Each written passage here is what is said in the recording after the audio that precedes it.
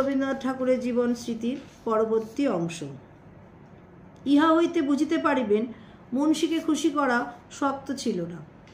আমরা তাহাকে ধরিলেই তিনি আমাদের ছুটির প্রয়োজন জানাইয়া স্কুলের অধ্যক্ষের নিকট পত্র লিখিয়া দিতেন। বিদ্যালয়ের অধ্যক্ষ এরূপ পত্র লইয়া অধিক বিচার বিতর্ক করিতেন না, কারণ তাহার নিশ্চয় জানা ছিল যে আমরা স্কুলে যাই বা না যাই তাহাতে বিদ্যাশিক্ষা সম্বন্ধে আমাদের কিছুমাত্র ইতর বিশেষ ঘটিবে না। এখন আমার নিজের একটি স্কুল আছে এবং সেখানে ছাত্রেরা নানা প্রকার অপরাধ করিয়া থাকে। এই স্কুলটি শান্তিনিকেতনের কথা বলা হচ্ছে, কারণ অপরাধ করা ছাত্রদের এবং ক্ষমা না করা শিক্ষকদের ধর্ম। যদি আমাদের কেহ তাহাদের ব্যবহারে ক্রুদ্ধ ও ভীত হইয়া বিদ্যালয়ের অমঙ্গল আশঙ্কায় অসহিষ্ণু হন ও তাহাদিগকে সদাই কঠিন শাস্তি দিবার জন্য ব্যস্ত হইয়া ওঠেন, তখন আমার নিজের ছাত্র অবস্থার সমস্ত পাপ সারি সারি দাঁড়াইয়া আমার মুখের দিকে তাকাইয়া হাসিতে থাকে।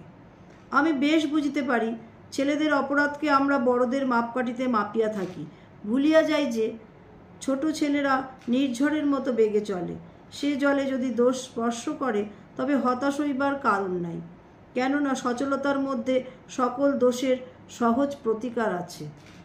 বেগ যেখানে থামিয়াছে সেইখানেই বিপদ, সেইখানেই সাবধান হওয়া চাই। এই জন্য শিক্ষকদের অপরাধকে যত ভয় করিতে হয় ছাত্রদের তত নহে। আজ এই পর্যন্ত। পরবর্তী অংশ পরবর্তী দিনে। নমস্কার।